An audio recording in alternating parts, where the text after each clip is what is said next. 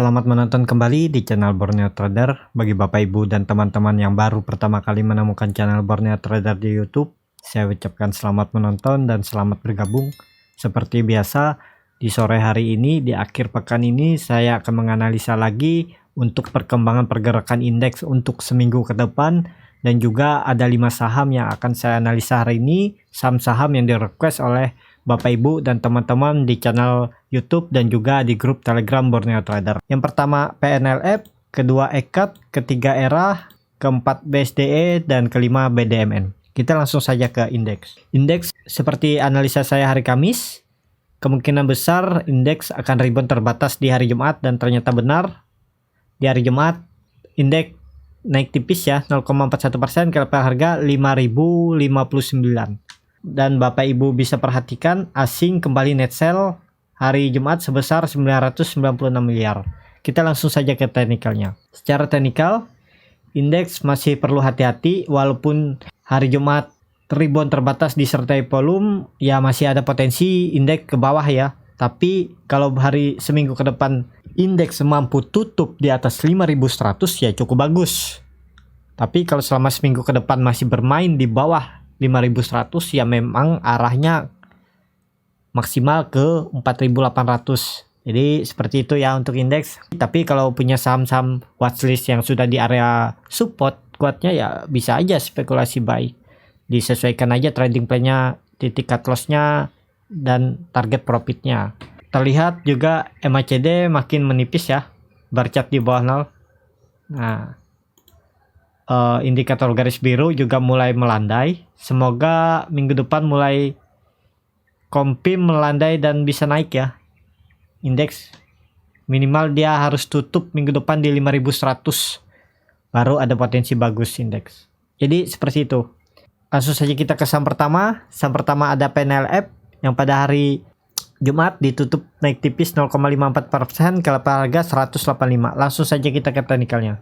Secara teknikal PNLF masih perlu hati-hati ya, karena volume juga belum kelihatan. Indikator MACD masih mengarah ke bawah, walaupun bar chart dan bar chart juga masih cukup lumayan dalam. Ya masih belum bisa spekulasi buy ya, kalau saya masih belum.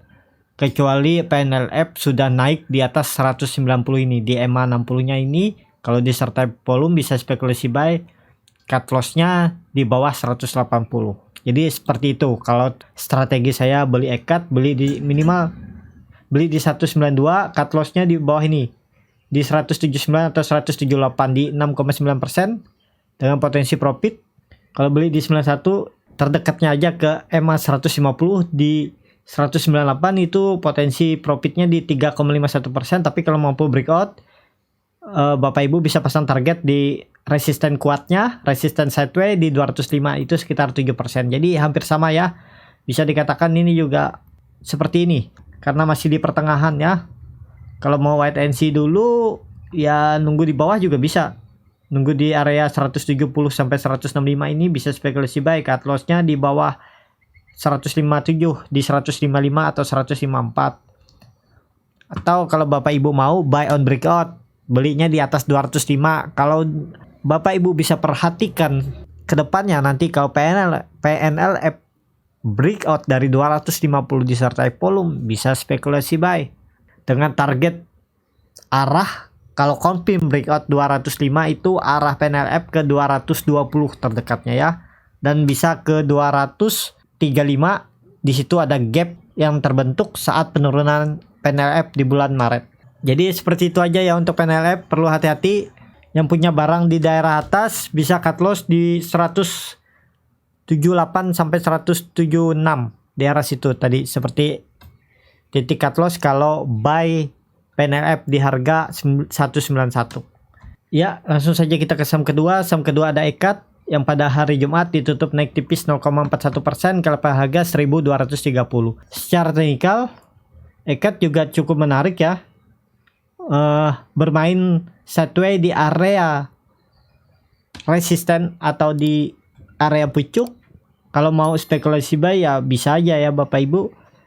Ini saya gambarkan buy di harga penutupan hari Jumat, cut loss-nya di bawah ini aja. Di bawah EMA 60-nya ini di 116 di 1170 sampai 1150. Disesuaikan aja dengan potensi kerugian di 4 sampai 6%. Kalau mampu breakout 1300 nih, resisten terdekatnya di 1300 ini di 4% juga ya. Jadi hampir sama nih. 1:1, potensi loss sama potensi profitnya sama. Tapi kalau mampu breakout, Bapak Ibu pasang trailing stop aja. Terdekat atau target selanjutnya di 1366 ini.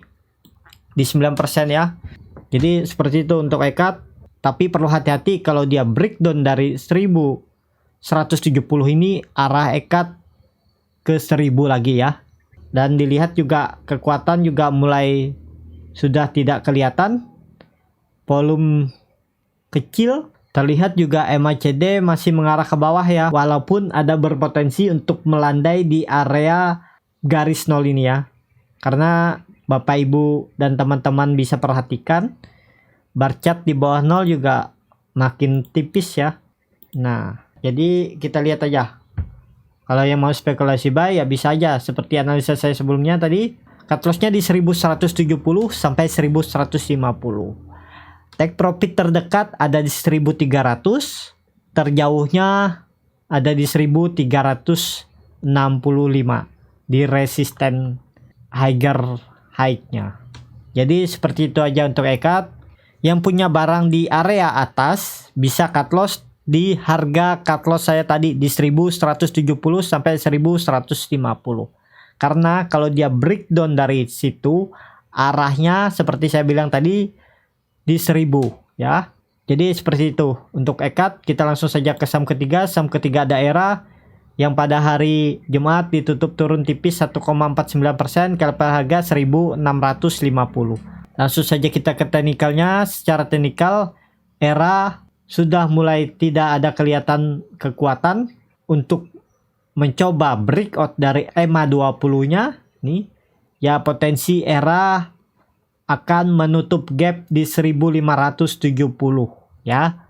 Kecuali hari Senin atau seminggu ke depan dia mampu breakout dari 1700. Itu ada potensi menguji lagi resisten kuatnya di 1800. Kalau masih bermain di bawah 1700 atau di bawah EMA 20-nya ini ya arahnya menutup gap. Apakah bisa spekulasi buy? Belum ya Bapak Ibu. Mending wait and see dulu. Bisa spekulasi buy di 1570 ini. Cut loss-nya di bawah EMA 60-nya ini di 1500 atau di 1480 untuk ERA. Bagi yang punya barang di daerah atas, ya agak dalam cut loss-nya nih, di bawah EMA 60-nya ini nih, di bawah EMA 60 ini. Dan terlihat indikator MACD setelah mengarah ke bawah mulai melandai. Bar chart di bawah 0 juga makin tipis. Ya kita lihat hari Senin aja, wait and see dulu ya. Yang belum punya barang ERA tunggu dulu. Mending nunggu di 1570 ini. Seperti saya bilang, ini kan bisa dikatakan support sideway-nya nih yang terbentuk dari bulan September 2019. Ini cukup kuat dipertahankan di 1570. Pas dia breakdown dari 1570 ya arahnya ke 1400 bahkan ke 1300. Ya seperti itu aja untuk ERA. Wait and see dulu. Belum bisa spekulasi buy. Kita langsung saja ke saham keempat. Saham keempat ada BSDE. BSDE pada hari Jumat ditutup naik 2,67%, kalau harga 770. Langsung saja kita ke teknikalnya. Secara teknikal BSDE cukup menarik ya.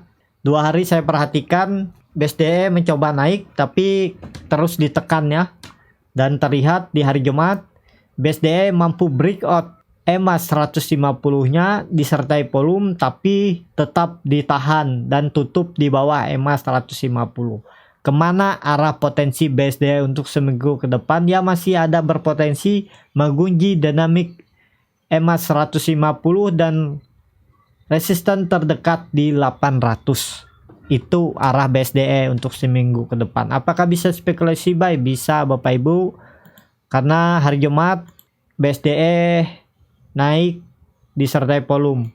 Cut loss-nya di bawah, cut loss-nya di 710 ini aja, di 7% dengan potensi profit. Kita pasang target langsung di 850 ini aja terdekat, di 10%. Jadi cukup besar ya. Potensi profitnya lebih besar dari potensi loss-nya. Kalau di 800 ya Bapak Ibu cuma dapat di 3%, lebih besar lossnya. Atau Bapak Ibu kalau mau nunggu lebih bawah, tapi kalau saya rasa ini kalau sampai BSD ke bawah lagi ya arahnya ke 650 lagi. Harusnya BSD minggu depan tuh bisa tutup di atas 800 ya, minimal tutup di atas EMA 150-nya ini. Jadi seperti itu ya untuk BSD, bisa jadi watchlist, wait and see. Kalau Bapak Ibu mau beli di harga penutupan hari Jumat juga bisa. Cut loss-nya tadi di 710 sampai 700. Jadi seperti itu aja untuk BSD. Kita langsung saja ke saham terakhir. Langsung saja kita ke saham terakhir. Saham terakhir ada BDMN. BDMN pada hari Jumat ditutup naik 4,85% kalau harga 2.380, dan kenaikannya ditarik ya di sesi akhir perdagangan. Kita lihat apakah potensi bagus untuk BDMN. Secara teknikal BDMN cukup menarik ya. Ada potensi BDMN menguji dinamik resisten EMA 20 di 2525 dan juga resisten yang ditarik garis, dan terlihat juga indikator MACD walaupun masih di bawah 0 juga sudah mulai menyempit. Garis biru sudah mendekati garis merah untuk melakukan perpotongan. Kalau di hari Senin atau di minggu depan BDMN bisa mampu minimal tutup dulu di 2440, tapi lebih bagus lagi kalau mampu breakout dari 2525. Ada potensi BDMN akan membentuk golden cross walaupun masih golden cross-nya di bawah 0. Bar chart di bawah 0 juga makin tipis, berpotensi akan membentuk bar chart di atas 0 BDMN-nya. Apakah bisa spekulasi buy? Sudah cukup dalam ya. Coba kita lihat. Kalau buy di harga pertengahan ini bisa dikatakan harga pertengahan. Nah, kalau Bapak Ibu mau cut loss di 10% bisa aja cut loss-nya di 2130 sampai 2150. Potensi profitnya yang sudah dekat ya. Nah, terdekat nih aja 5% nih di 6%. Tapi kalau mampu breakout ya arahnya akan menguji EMA 60-nya di 2700 ya, di 13%. Jadi sesuaikan aja. Kalau Bapak Ibu yang sudah punya barang ya hold aja terus selama BDMN di area 2200 ini sampai 2500 ini. Jadi seperti itu aja ya untuk BDMN. Yang mau buy on breakout juga bisa. Kalau takut beli di daerah sini dibawa ke bawah lagi ya nunggu di atas sini aja di 2525. Bisa buy di 2550. Buy on breakout dengan potensi ya ke 3000, ke terdekatnya aja. Kalau buy on breakout terdekatnya aja EMA 60 di 6% di 2700. Cut loss-nya ya cut loss-nya di bawah EMA 20-nya nih aja. Kalau beli di 2550 cut loss-nya di 2460 sampai 2450. Jadi seperti itu untuk BDMN. Ya, seperti itu aja untuk video kali ini. Terima kasih untuk Bapak Ibu dan teman-teman yang sudah menonton video ini sampai habis. Apabila channel Borneo Trader ini bermanfaat dan bisa menjadi bahan pertimbangan Bapak Ibu dalam membeli, menyimpan, dan menjual sahamnya, bisa klik tombol berlangganan dan nyalakan lonceng notifikasi. Ada kritik, saran, ataupun pertanyaan dan juga yang mau dianalisa sahamnya bisa tinggalkan di kolom komentar. Sampai ketemu di video selanjutnya. Terima kasih.